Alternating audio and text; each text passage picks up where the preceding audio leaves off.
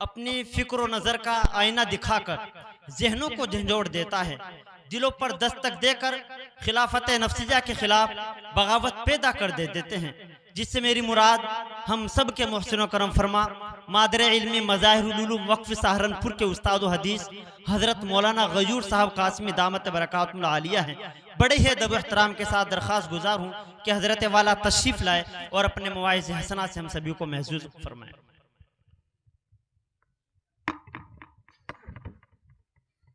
रहीम अल्हम्दुलिल्लाहि रब्बिल आलमीन वस्सलातु वस्सलामु अला सय्यिदिल अंबिया वल मुरसलीन व अला आलिहि व अस्हाबिहि अजमाइन अम्मा बाद। अऊज़ु बिल्लाहि मिनश शैतानिर रजीम बिस्मिल्लाहिर रहमानिर रहीम वक़र्न फ़ी बुयूतिकुन्ना वला तबर्रजन तबर्रुजल जाहिलियतिल ऊला सदक़ल्लाहुल अज़ीम। बिरादरान इस्लाम, नौजवान साथियों और पर्दे के पीछे बैठी हुई ख़वातीने इस्लाम, काफ़ी देर से आपका ये प्रोग्राम चल रहा है और हज़रात उलमाए दीन की अहम और कीमती बातें आप हज़रात के सामने आई। मुझे भी चंद मिनट का हुक्म मिला है। मैं सबसे पहले अपने मोहतरम जनाब हाफिज़ मोहम्मद इकबाल साहब, कारी मोहम्मद फरजान साहब का शुक्रिया अदा करता हूँ कि उन्होंने बच्चियों की तालीम और तरबियत के लिए, बच्चियों की ज़िंदगी को बनाने के लिए, बच्चियों के मुस्तकबिल को संवारने के लिए अपने इस गांव में बच्चियों का एक इदारा कायम किया। अल्लाह तबारक व ताला हम सब की तरफ से उनको बेहतरीन बदला अता फरमाए। मैं कहा करता हूँ, अल्लाह ना करे, खुदा ना करे, अगर आपने अपने बच्चे को तालीम के जेवर से आरास्ता और मुज़य्यन नहीं किया तो इतना होगा कि आपके घर का माहौल खराब होके रह जाएगा। और अगर आपने अपने बच्ची को तालीम से महरूम रखा तो याद रखिए, सबसे पहले तो वो आपकी पेशानी पर बदनुमा दाग साबित होगी। उसके बाद जिस घर की वो दुल्हन बनेगी उस घर के माहौल को खराब करेगी। फिर उसके बाद उसकी गोद में जो बच्चे पढ़ेंगे, पलेंगे और जवान होंगे, उनकी जिंदगी बेकार से बेकार तर होती चली जाएगी और ये सिलसिला रुकेगा नहीं, लंबा दराज से दराज होता चला जाएगा। और अगर माएं अच्छी होंगी तो उनकी गोद में पलने वाले बच्चे अच्छे होंगे। माएं नेक होंगी, उनकी गोद में पलने वाले बच्चे नेक होंगे। और माएं अच्छी होंगी तो वो अपने बच्चों की अच्छे अंदाज पर तालीम और तरबियत का नज्म और इंतजाम करेंगी। आप तजर्बा कर लें, जिन घरों में औरतें दीनदार होती हैं, जिन घरों में औरतें नमाज पढ़ने वाली होती हैं, जब वो मुसल्ला बिछाएंगी, जानमाज बिछाएंगी, खुदा की कसम उनकी गोद में पलने वाले नन्हे नन्हे से बच्चे मुसल्ले पे आके खड़े हो जाते हैं। माँ रुकू में जाती है, बच्चे रुकू में चले जाते हैं। माँ सजदे में जाती है, बच्चे सजदे में चले जाते हैं। माँ अल्लाह के सामने हाथ उठा के दुआएं मांगती है तो उसकी गोद में पलने वाले बच्चे अल्लाह के सामने हाथ उठा के दुआएं मांगते हैं। फिर अल्लाह की रहमत, जब एक नन्हे और मासूम की जबान से अल्लाह अल्लाह की सदाएं बुलंद होती हैं, यकीन जाने अल्लाह की रहमत बारिश की तरह से उस घर के ऊपर बरसती है। माएं अच्छी थी तो अच्छे अंदाज से अपने बच्चों की तालीम और तरबियत किया करती थी। आज तो अजीबो गरीब कैफियत है। एक बात बताऊं, माँ की जबान से निकलने वाला जुमला जो औलाद के हक में निकलता है, अच्छा हो तब भी बारगाह खुदाबंदी में कबूल किया जाता है और बुरा हो तब भी कबूल कर लिया जाता है। मैंने अखबारों में पढ़ा था, आपने भी शायद सुना होगा, पढ़ा होगा इस वक्त जो काबतुल्लाह के सबसे बड़े इमाम हैं शेख अब्दुर्रहमान अस्सुदैस, उनका किस्सा मैंने पढ़ा था। क्या पढ़ा? इब्तदाई जमाने में जब बच्चे थे, बड़े शरीर थे, तमाम शरारतें उनकी जिंदगी के अंदर मौजूद थी। एक दिन मां चूल्हे के ऊपर सालन बना रही थी। ये अब्दुर्रहमान बाहर से खेलते हुए आए, इनकी जेब में कंकरियां थी, चूंकि कंकरी का इलाका है। मां किसी काम से दरवाजा बंद करके घर के अंदर दाखिल हो गई। अब्दुर्रहमान ने सहन में देखा कि देगची में सालन बन रहा है, जेब से कंकरियां निकाली और उस सालन में डाल के एक तरफ हो गए।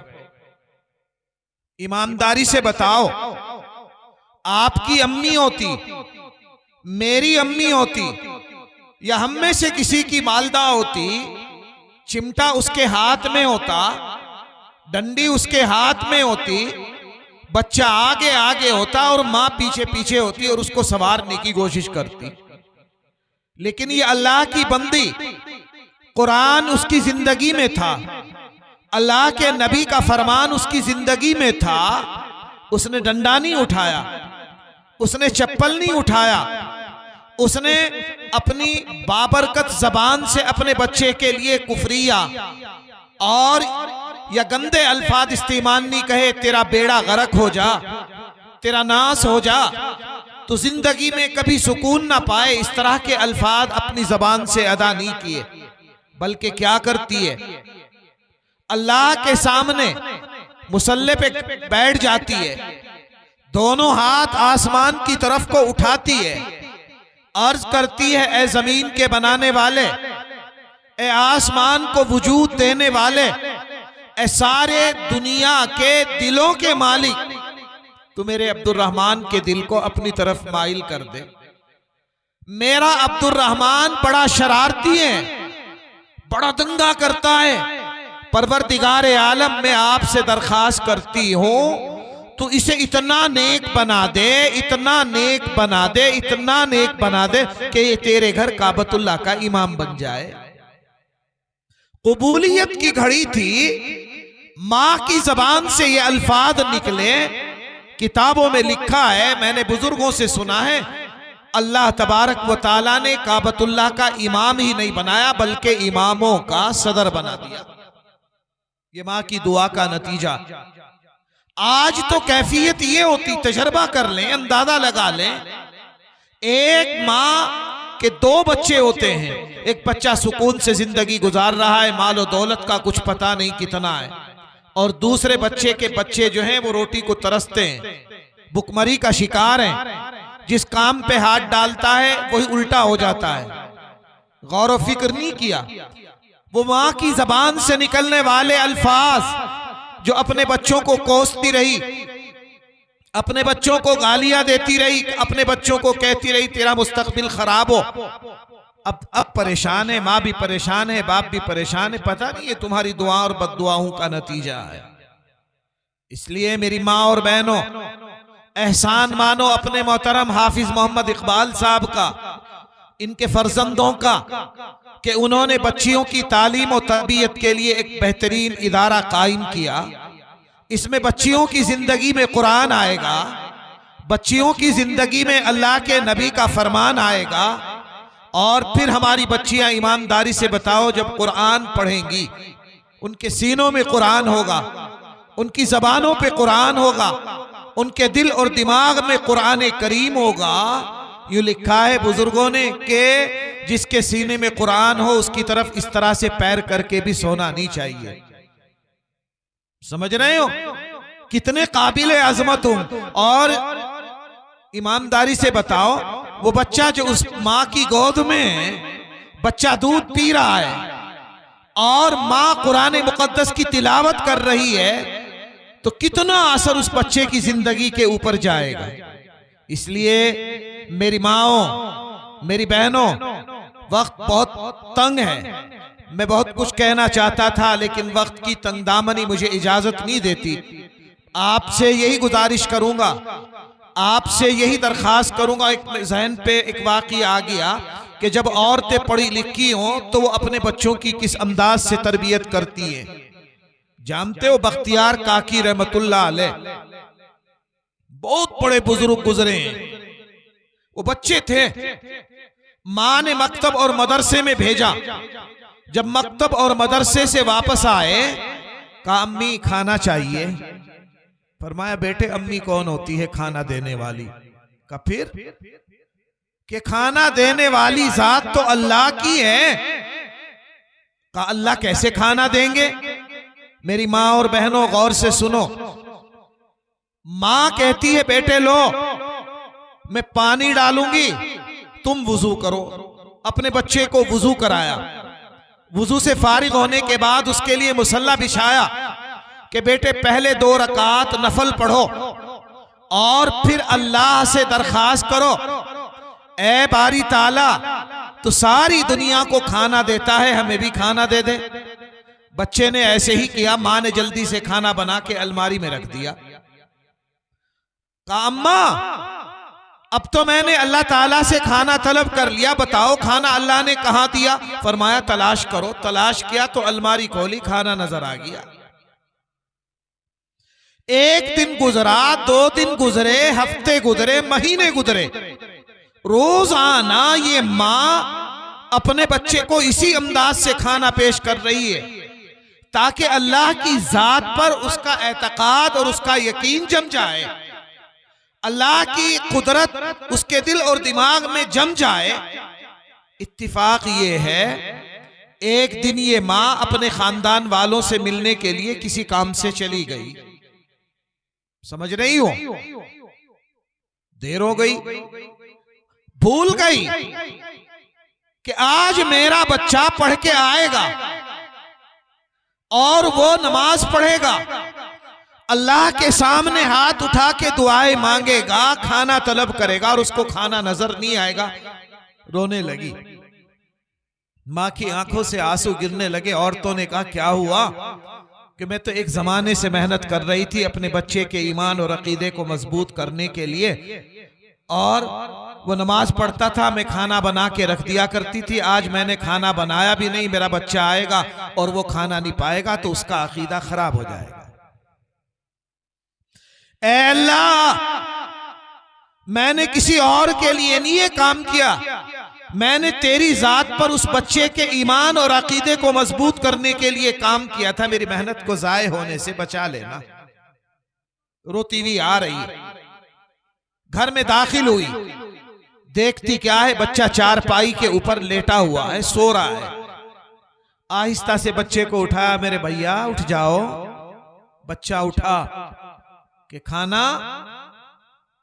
माँ बहनों, ये माँ अपने बच्चे से कह रही बेटा खाना। फरमाया अम्मी मैंने खा लिया। कि कहां से खाया? कि जहां से रोज अल्लाह देता था आज भी वहीं से खाया। लेकिन अम्मी एक बात बताऊं? कहा बेटे बता। रोज आना जैसा खाना में खाया करता था उसमें इतनी लज्जत और इतना मजा नहीं होता था जितना मजा मुझे आज के खाने में आया। आज तो अम्मा मेरे मुंह से खुशबू निकल रही है खाने की। मैंने अल्लाह से दरखास्त की, ऐ अल्लाह रोजाना तो मेरी अम्मी भी रहती थी तो मुझे खाना दे दिया करता था, आज तो मेरी अम्मी भी नहीं है, आज तो तू जरूर मुझे खाना देना। जब मैं नमाज से फारिग होके खाना खाने के लिए अलमारी में दाखिल हुआ देखने के लिए, तो माँ मुझे ऐसा खाना नजर आया, उसमें इतनी खुशबू थी, मैंने जिंदगी में ऐसा खाना देखा ही नहीं। तो जब माएँ अच्छी थी इस अंदाज से अपने बच्चों की तरबियत किया करती थी। आज तो माँ के हाथ में मोबाइल है, गंदी गंदी फिल्में देख रही, बच्चा उसकी बराबर में लेटा हुआ है, वो भी फिल्में देख रहा है। ईमानदारी से बताओ नेक बनेगा कि बद बनेगा? बालिग होने से पहले वो बच्चा उन हरकतों को करने की कोशिश करेगा जो उसने माँ के साथ में मोबाइल के अंदर देखा है। इसलिए मेरी माओ, मेरी बहनों, अल्लाह का एहसान मानो कि हमारे गांव में ये बच्चियों का इदारा कायम हो गया है। और मैं कहा करता हूं मर्द कितने मदरसे चला रहे हैं, क्या गांव की औरतें एक मदरसा नहीं चला सकती? आसान तरीका यह है,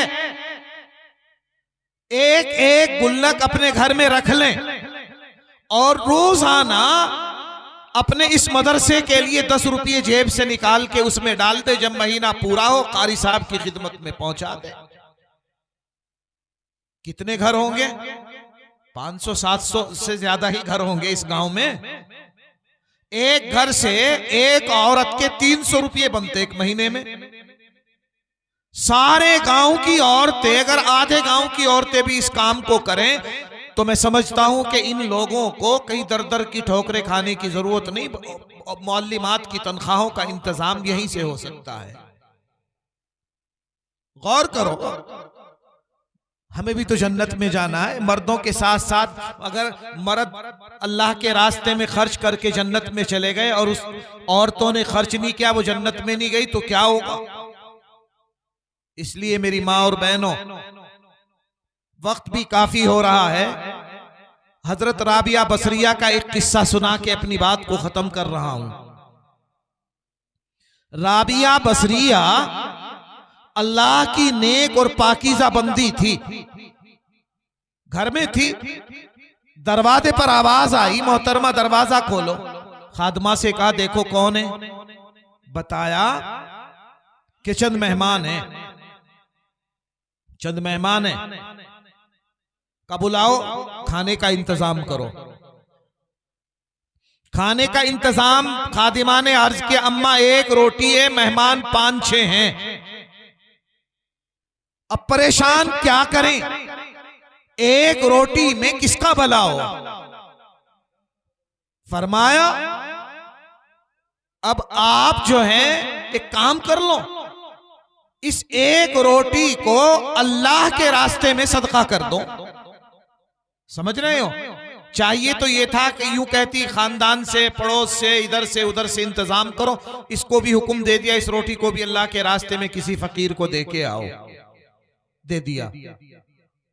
समझे हो? अब उसके बाद में क्या हुआ? एक आदमी ने आवाज दी, अम्मा दरवाजा खोलो। का क्या हुआ? कि मैं फुला आदमी का खादिम हूं, उन्होंने कुछ खाना लेके भेजा है। फरमाया खादिमा से देखो। देखती क्या है, उसमें 5 रोटियां। अर्ज किया इसको वापस कर दो, हमारी नहीं किसी और की होंगी। उसके बाद फिर थोड़ी देर में दरवाजे पर दस्तक हुई। फिर बोला कौन? कि मैं खाना लेके आया। खादिमा से कहा देखो कितनी है? का 7 है। का वापस कर दो, हमारी नहीं है, किसी और के लिए भेजी होंगी। कुछ देर के बाद दरवाजा फिर बजा। फरमाया कौन? कि मैं फुला का खादिम हूं, दरवाजा खोलो, मैं खाना लेके आया हूं। दरवाजा खोला तो देखा खाना दिया। उसको खोल के देखा तो देखा क्या, उसमें 10 रोटियां। फरमाया ये हमारी हैं, रख लो, मेहमानों को खिलाओ। खादिमा ने अर्ज किया अम्मा बात समझ में नहीं आई। जब वो मेहमानों के लिए 5 रोटियां लेके आए, आपने मना कर दिया। 7 रोटियां लेके आए, आपने मना कर दिया, हमारी नहीं। और 10 लेके आए तो आपने कहा ये हमारी है। कैसे? वो आपकी नहीं थी, ये आपकी है। फरमाया बेटी तुझे पता नहीं, बाउली है। अल्लाह ने कुरान में कहा मन जाअ बिल हसनति फलहु अशरु अमसालिहा। जो अल्लाह के रास्ते में एक देगा, अल्लाह तबारक व तआला उसको 10 देंगे। मेरा अल्लाह की जात पर कामिल एतमाद और यकीन था। मैंने एक रोटी अल्लाह के रास्ते में सदका की है, गरीब को दी है, अल्लाह तबारक व तआला उसके बदले में 10 देंगे। तो मैं क्यों 5 में क्यों लूं, 7 में क्यों लूं? मेरी तो कितनी थी? 10 थी, अल्लाह ने 10 ही भेज दी। तो मेरी माँ और बहनों, आप जो कुछ लेके आई हो, वहां मुअल्लिमात मौजूद हैं। अल्लाह के रास्ते में अगर 100 दोगी 1000 मिलेंगे, 1000 दे के जाओगी 10,000 मिलेंगे, 1 लाख दे के जाओगी 10 लाख मिलेंगे। तजर्बा कर लेना। जिस ईमान और अकीदे की मजबूती के साथ हम अल्लाह के रास्ते में खर्च करेंगे, अल्लाह तबारक व तआला हमें इतना ही नवाजेगा। और ये तो कुरान के लिए खर्च कर रहे हैं। ये तो अल्लाह के नबी के फरमान के लिए खर्च कर रहे हैं। मर्दों से भी गुजारिश है, औरतों से भी गुजारिश है कि अपने इस मदरसे के लिए ज्यादा से ज्यादा अल्लाह ने जो हिम्मत दी है, जो तौफीक दी है, अल्लाह ने जो माल दिया है, दौलत दी है, कुरान के लिए, अपनी आखिरत को बनाने के लिए जरूर भी जरूर कुछ ना कुछ दे के जाएं। हमारे भाई प्रधान मोहम्मद आरिफ साहब, उन्होंने 5,000 रुपये से अपने इस मदरसे का ताउन किया। अल्लाह बेहद कबूल फरमाए, कारोबार में बरकतें अता फरमाए, आने वाली मुश्किलात और परेशानियों से उनकी हिफाजत फरमाए। अल्लाह उनके कारोबार में खूब खूब बरकतें अता फरमाए। क्या नाम है? कितने? हमारे भाई मोहम्मद मुरसलीन साहब, इन्होंने अल्हम्दुलिल्लाह 5,000 रुपये, अल्लाह बेहद कबूल फरमाए।